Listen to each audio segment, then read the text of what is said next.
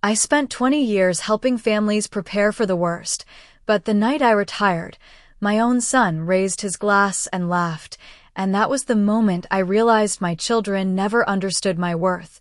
The room was warm, filled with soft music and the low hum of polite conversation, a small restaurant in Phoenix where I had met hundreds of clients over the years, people who trusted me with their fears, their futures, their last wishes. But tonight it was my turn to sit at the center of the table, my retirement dinner, 62 years old, 2 decades in insurance, and for once I thought I could just be a mother, not an advisor, not a problem solver, just a woman surrounded by her family. Mark sat to my right, scrolling through his phone between bites, his watch catching the light, the same watch I helped him buy when he landed his first management job. Emily sat across from me, smiling politely, already half distracted, talking about school pickups and grocery lists, and then there was my daughter-in-law, leaning back in her chair, studying me like I was something to be evaluated. I remember holding my glass, feeling the weight of it, waiting for something simple, maybe a thank you, maybe just a quiet acknowledgement of everything that had led to this night. Instead, Mark stood up, cleared his throat, and said, "Well, here is to Mom." 20 years of selling fear to people who didn't know better. A few people at the table chuckled, thinking it was harmless, just a joke, but he kept going, said now she expects us to believe it actually mattered. The laughter spread a little more, light, careless, like nothing important had just been said. I smiled, because that is what I have always done. I smiled when clients cried in my office. I smiled when bills stacked up after the divorce. I smiled when I worked 12-hour days and still came home to cook dinner and help with homework. I smiled because I thought one day my children would understand what all of it meant. But sitting there, in that warm restaurant with the soft music and the polite laughter, something shifted. It was not anger, not even sadness, it was clarity. I looked at my son, really looked at him, and for the first time I saw not the boy I raised, but the man he had become, a man who thought my work was nothing more than paperwork, who thought the policies I built were just numbers on a page, not lifelines for families who would have lost everything without them. I thought about the widow I helped keep her home after her husband passed, the young father who made sure his kids could go to college even after he was gone, the countless nights I sat across from strangers explaining how to protect the people they loved. And then I thought about my own children, who had never once asked me how I did it, never once asked what it cost me, never once asked if I was tired. They only asked about the house, about the accounts, about what would be left. Someday. I set my glass down gently, the sound barely noticeable under the noise of the room, and I nodded as if I agreed with the joke, as if it did not matter, but in that quiet moment, something inside me settled into place. I did not argue, I did not defend myself, because I suddenly understood something I had missed for years. I had spent 2 decades teaching strangers how to protect their families, but I had never taught my own children how to value me, and maybe that was my mistake. Or maybe, just maybe, it was time to correct it. I did not say anything else that night. I finished my meal slowly, listening to the conversations drift around me like background noise. The same voices that once filled my home now felt distant, unfamiliar, as if I had been quietly replaced without realizing it. When the dinner ended, Mark gave me a quick hug, the kind that lasted barely a second. Emily kissed my cheek and said she would call me later in the week, though we both knew that usually meant never, and my daughter-in-law smiled politely, already reaching for her car keys before I even stood up. I walked to my car alone, the Arizona air still warm even after sunset, the parking lot lights casting long shadows across the pavement, and for a moment I just stood there, holding my purse, not moving, not thinking, just feeling the silence settle in. I drove home the same way I had for years, past the same grocery store, the same gas station, the same quiet neighborhoods where I had once delivered paperwork to clients who trusted me with everything they had. When I pulled into my driveway, the house looked exactly the same as it always had, a modest 2-story home with beige walls and a small front yard that I kept trimmed every Sunday morning. But that night it felt different, not empty, not lonely, just still. I unlocked the door, stepped inside, and placed my keys on the kitchen counter with a soft click, the sound echoing more than it should have. I walked through each room slowly, not searching for anything, just noticing things I had stopped seeing years ago, the framed photos on the wall, Mark in his graduation gown, Emily holding her first baby. The three of us standing in front of this very house the day I signed the final paperwork after the divorce.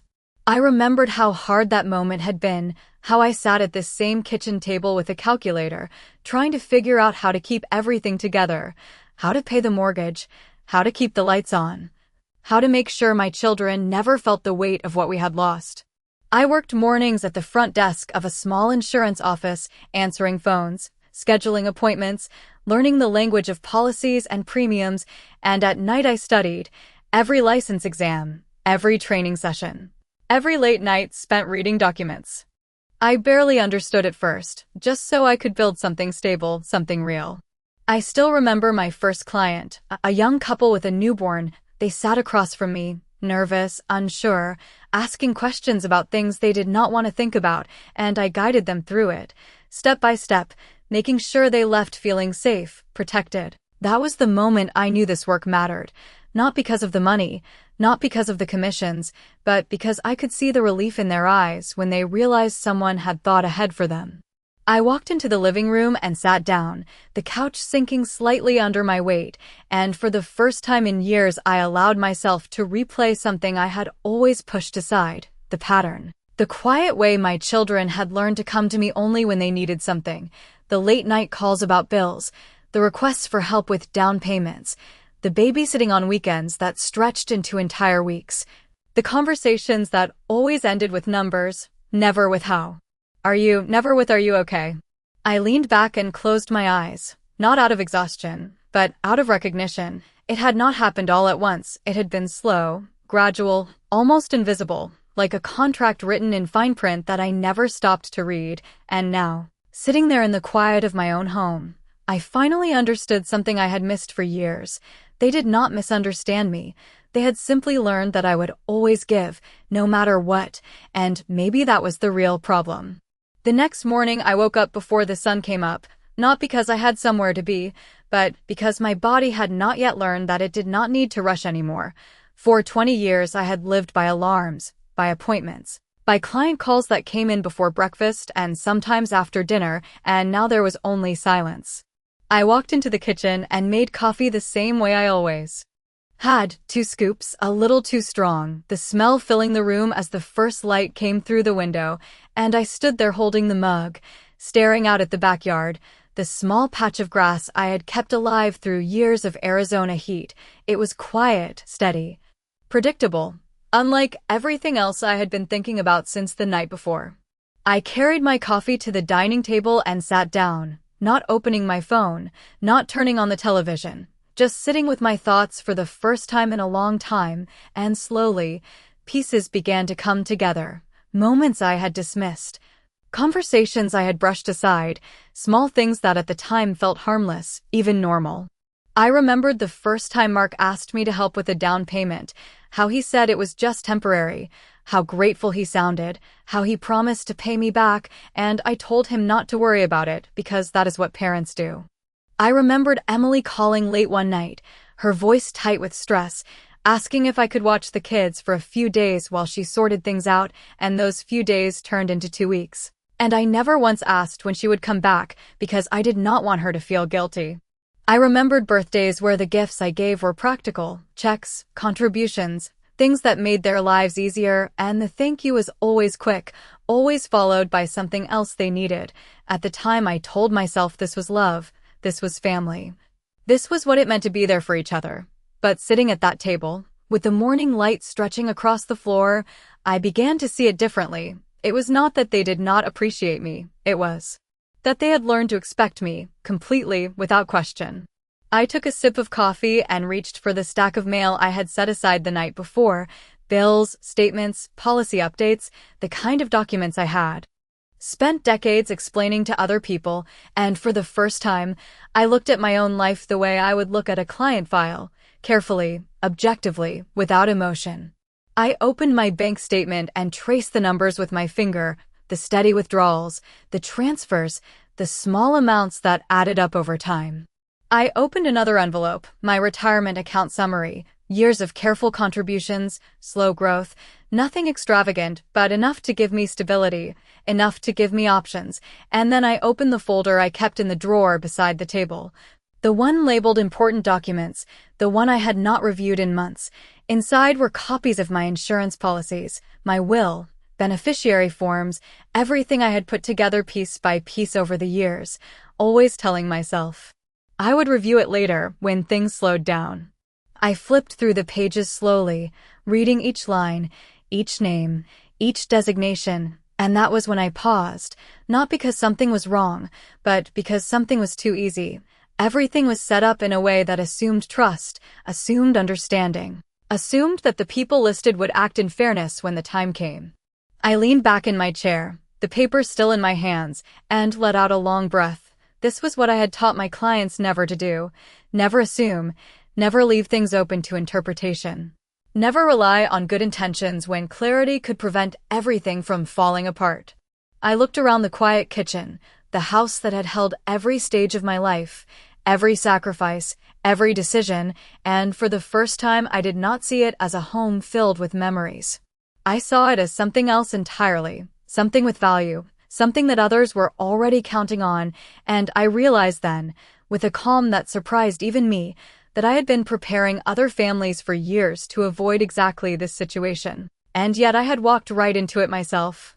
I did not rush into any decision that morning. I have spent too many years watching people make emotional choices that cost them everything, and I was not about to become one of those stories. Instead, I gathered every document from that folder and placed them neatly across the dining table, just like I used to do when I sat down with clients, everything visible, everything clear, nothing hidden behind assumptions.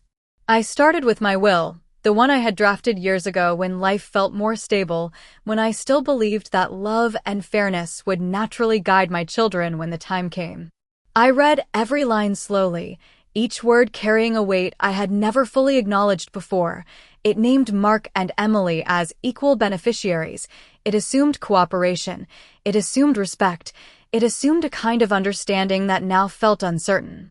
I set it aside and picked up the beneficiary forms tied to my insurance policies, the same policies I had carefully built over the years, making sure premiums were manageable, making sure coverage was sufficient, making sure there would be something to fall back on when the unexpected happened. I had always told my clients, never leave room for confusion, never assume people will interpret your intentions correctly, because when money is involved, even good people can change. I sat there for a long moment, the quiet of the house pressing gently around me, and I realized that I had ignored my own advice, not out of negligence, but out of hope. Hope that my children would see me not as a resource, but as a person. Hope that they would act out of care, not expectation. I folded my hands on the table and looked down at the documents again, this time with a different perspective, not as a mother, but as an advisor reviewing a case that needed correction. The patterns were clear now, too clear to ignore. The casual comments about the house, the subtle assumptions about what would happen someday, the way financial topics came up more often than anything else. It was not malicious, not openly, but it was present, consistent, and growing. I stood up and walked to the small desk in the corner of the living room where I kept my old files, the ones I had not needed since retiring, and I opened the drawer slowly, almost carefully, as if I was reopening a part of myself I had set aside. Inside were contact cards, notes, and a few business folders I had not thrown away, including one with a name I recognized instantly. Daniel Reeves, an attorney I had worked with for years, someone I trusted, someone who had helped several of my clients navigate situations exactly like this. I held the card in my hand for a few seconds, remembering the conversations we had, the cases where families fell apart not because they intended to, but because nothing had been clearly defined. I used to leave those meetings thinking, this will never happen to me. My family is different. I placed the card on the table next to my documents and sat down again, feeling a calm settle over me, not cold, not distant, just steady. I picked up my phone, scrolled through my contacts, and paused for a moment before dialing, not out of hesitation, but out of recognition. This was not about conflict. This was about clarity. The call connected after 2 rings, and his voice sounded exactly the same as I remembered, professional, composed, familiar. I introduced myself, explained that I had recently retired, that I needed to review and update my estate planning, and he did not ask unnecessary questions. He simply said, "Come in tomorrow morning, bring everything, we will take a look at it together." I thanked him, ended the call, and set the phone down gently on the table. The documents in front of me no longer felt like assumptions waiting to be tested. They felt like something else entirely, something that could be shaped, defined, protected. I gathered them into a single folder, aligning the edges carefully, and for the first time since the dinner, I did not feel uncertain. I felt prepared. The next morning I arrived at Daniel Reeves' office 10 minutes early, the same way I used to arrive for client meetings, prepared, organized, composed. His office sat on the second floor of a quiet building in downtown Phoenix, the kind of place that did not try to impress, but carried a quiet sense of stability. And as I walked in, I felt something familiar return to me, a version of myself I had not needed in a while. Daniel greeted me with a firm handshake and a calm smile, the kind that did not rush you, but did not waste time either, and he gestured for me to sit across from his desk, a large wooden surface already cleared for the documents I placed in front of him. I did not begin with emotion. I did not tell him about the dinner or the comments or the shift I had felt. I simply said that I wanted to review everything, every document, every designation, and make sure it reflected what I actually intended, not what I had assumed years ago. He nodded, opened the folder, and began reading, page by page, quietly, methodically, the same way I used to review policies for clients who did not realize what they had signed. The room stayed silent, except for the soft sound of paper moving, and as I watched him work, I realized how rarely I had given myself this kind of attention, this level of care. After several minutes he looked up, not surprised, not concerned, just thoughtful, and he said, "Everything here is standard, but it is built on trust, and trust is not a legal structure." I understood exactly what he meant. I leaned forward slightly and asked what needed to change, not dramatically, not emotionally, just clearly. He explained options the way I had explained them to others for years: revocable living trust, updated beneficiary designations, limited distribution terms, clear conditions that removed ambiguity. Nothing complicated, nothing aggressive, just precise. I listened carefully, asking questions where needed, not as a mother trying to protect feelings, but as someone finally protecting her own position. We discussed the house first, the property I had worked so hard to keep after the divorce, the one that had quietly become the center of so many unspoken expectations. Daniel suggested placing it into a trust, ensuring that ownership would be managed according to defined terms rather than assumptions made after I was gone. I nodded, understanding the difference immediately. Then we moved to financial accounts, retirement funds, insurance policies, each one reviewed, adjusted, aligned with a structure that did not rely on interpretation. I did not remove my children entirely. That was not the point. The point was balance, clarity, and control. As the conversation continued, something settled inside me, not relief exactly, but alignment. Like everything was finally being placed where it belonged. When we finished, Daniel organized the documents into a new file, clean, structured, intentional, and he looked at me and said, "This protects you, and it protects your intentions." I took a slow breath and nodded, because for the first time in a long time, I felt that was true. I signed what needed to be signed, initialed where required, each mark deliberate, each decision considered. When I stood up to leave, the folder felt different in my hands, not heavier, but more defined, like it carried something more than paper. I thanked him, walked out into the bright Arizona sun, and paused for a moment before heading to my car. The city looked the same, the streets, the traffic, the quiet rhythm of a normal day, but I felt something shift beneath that familiarity. Not dramatic, not visible, just steady. For years I had guided other people through this exact process, helping them avoid confusion, avoid conflict, avoid loss, and now, finally, I had done the same for myself, not out of fear, Not out of anger, but out of understanding, and that made all the difference. I did not tell anyone about the meeting. Not Mark, not Emily, not even the small circle of people who still checked in on me from time to time. There was no need to explain something they had never asked about. The changes I made were not loud, not dramatic. They did not show up in conversations or family dinners. They simply existed, quiet and complete, like a structure built beneath the surface. The following week moved at a slower pace than I was used to, mornings without urgency, afternoons without appointments, evenings that stretched longer than they used to, and in that space I began to notice things more clearly than before. The phone rang less often, and when it did, the conversations felt familiar in a way I had never questioned until now.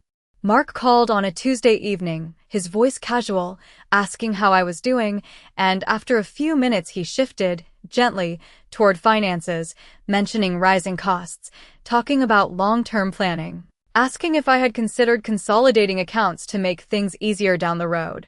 I listened, not interrupting, not correcting, just letting him speak. I could hear the pattern now, the careful phrasing, the assumption hidden inside concern. I answered simply, said that everything was under control, that I had reviewed my plans, and there was a brief pause on the other end of the line. Not long, but enough to register. He changed the subject after that, asked about the weather, about what I had been doing, and we ended the call the same way we always had, politely, without anything truly said. A few days later, Emily stopped by with the kids, the house filling with noise again, laughter, small footsteps across the floor, the kind of chaos that once felt like the center of everything. She sat at the kitchen counter while I prepared snacks, talking about school schedules, grocery prices, the usual rhythm of her life, and then, almost casually, she mentioned how difficult it was becoming to manage expenses, how housing prices in their area kept climbing, how they had been thinking about future stability. I nodded, placing plates on the table, listening to the words beneath her words, the same direction, the same quiet expectation. She did not ask directly, but she did not need to. I responded the same way I had with Mark, calm, steady, said that I had everything arranged, that I was comfortable with my plans, and again there was that slight shift, that moment where the conversation lost its direction. She smiled, changed the subject, called the kids to gather their things, and within an hour the house returned to silence. I stood in the doorway after they left, watching the empty driveway, and I realized something that surprised me. I did not feel hurt, not in the way I might have before. What I felt was distance, not physical distance, but clarity, like I was finally seeing a situation without the layer of hope that had softened it for so long. I walked back inside, closed the door gently, and moved through the house without rushing, without searching for distraction. Everything was the same, but I was not. The decisions I had made earlier that week were already shaping the way I saw things, the way I listened, the way I responded. I was no longer reacting, no longer filling gaps before they appeared, no longer assuming responsibility for outcomes that were never mine to carry alone. That evening I sat at the dining table again, the same place where I had reviewed my documents days before, and I placed my hands flat against the surface, feeling the solid wood beneath my fingers. For years this table had been a place of planning, of giving, of solving problems for everyone else. Now it felt different. Not because anything had changed physically, but because I had, and in that quiet moment, with the house still and the light fading outside the window, I understood that the shift I had made was not temporary, it was permanent, and it was necessary. A week passed, then another, and the rhythm of my days settled into something quieter, more intentional, as if I had stepped out of a life that had been moving too fast to examine. I began to notice how much space there was when I was no longer filling it with other people's needs, how the mornings felt longer, how the afternoons stretched without interruption, how the house no longer waited for someone to ask something from me, and in that space, I started doing something I had not done in years. I started choosing. Small things at first, like taking a walk before the sun got too high, stopping at a local cafe instead of rushing back home, sitting with a book without checking my phone every few minutes. It felt unfamiliar, but not uncomfortable, more like something I had postponed for too long. One afternoon, I drove past the old office where I had spent so many years. The same building, the same parking lot, the same sign out front, and for a moment I considered pulling in, just to see if anything had changed. But I did not. I kept driving, not because I was avoiding it, but because I realized I did not need to go back to understand what that part of my life had been. It had already given me everything I needed. Later that week, I received a call from someone I had not spoken to in months, a former client, Mrs. Alvarez, her voice warm and steady, thanking me again for helping her years ago after her husband passed, telling me that the policy I set up had allowed her to stay in her home, to keep her life stable, to not feel lost when everything else changed. I listened quietly, smiling, not out of pride, but out of recognition. She understood something that my own children did not, and for the first time, that realization did not sting. It simply existed. After the call ended, I sat for a moment, holding the phone in my hand, thinking about all the conversations like that. Over the years, all the people who had trusted me, who had seen the value in what I did, who had understood that protection was not about fear, it was about responsibility, about care, about foresight. And I realized that my worth had never been in question. Not really. It had only been overlooked in the one place where I expected it to be seen without explanation. That evening, Mark called again, his tone slightly more direct than before, asking if we could sit down sometime to talk about long-term plans, saying it would be easier if everything was clear, if there were no surprises later on. I listened, the same way I always had, but this time I heard something different beneath his words, not just concern, but expectation. I answered calmly, told him that everything was already arranged, that I had reviewed my plans carefully, and that there was nothing uncertain about my situation. There was a pause, longer than before, and then he asked if I would be willing to share the details, just so he could understand. I thought about that for a moment, not emotionally, not defensively, just practically, and then I said no, not abruptly, not coldly, just clearly, explaining that everything was handled professionally, that he did not need to worry about it, that my responsibility was to make sure there would be no confusion, not to invite more of it. The silence that followed was different this time, not uncertain, not casual, but aware. He responded with a short acknowledgement, said he understood, though I could hear that he did not entirely agree, and we ended the call shortly after. I set the phone down and looked around the room, the same walls, the same furniture, the same life I had built piece by piece over decades, and I felt something settle firmly into place, not distance, not separation, but definition. I had spent years being available, being open, being the one who made everything easier for everyone else. Now, for the first time, I had drawn a line that did not need to be explained, did not need to be defended. It simply existed, and in that quiet, steady space, I realized that this was not about pushing anyone away. It was about finally standing where I should have been all along. A few days later, I made a decision that felt simple on the surface, but carried more weight than anything I had done in years. I invited Mark and Emily over for dinner. Not a holiday, not a celebration, just a quiet evening. The kind we used to have before everything became about schedules and convenience. I spent the afternoon preparing the meal myself, not because I had to, but because I wanted to. Something familiar, something steady, roasted chicken, vegetables, a simple dessert, the kind of dinner that did not try to impress, but held a sense of home. The house felt different as I moved through it, not tense, not emotional, just prepared, like everything was in place for something that needed to happen. When they arrived, the usual rhythm returned, greetings at the door. Small talk, the sound of chairs being pulled out at the table, but beneath it there was something else, something quieter, something more aware. Mark looked around a little longer than usual, as if noticing details he had not paid attention to before.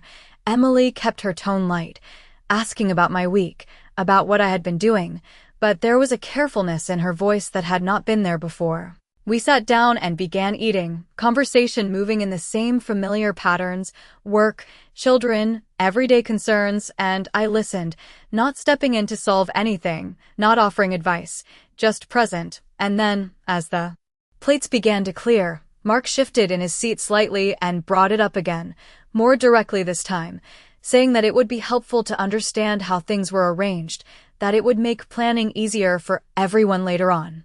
Emily nodded in quiet agreement. Not pushing, but not stepping away either. I placed my hands on the table, steady, not tense, and looked at both of them, really looked, the way I had started to do weeks before, without assumption, without expectation, and I spoke calmly, explaining that everything had been reviewed, professionally, carefully, that there would be no confusion, no uncertainty, no need for them to manage anything on my behalf. Mark asked if that meant they would not be involved at all, his tone controlled, but no longer casual.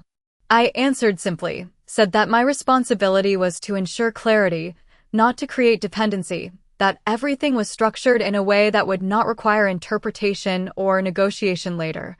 The words settled into the room slowly, not heavy, not confrontational, just clear.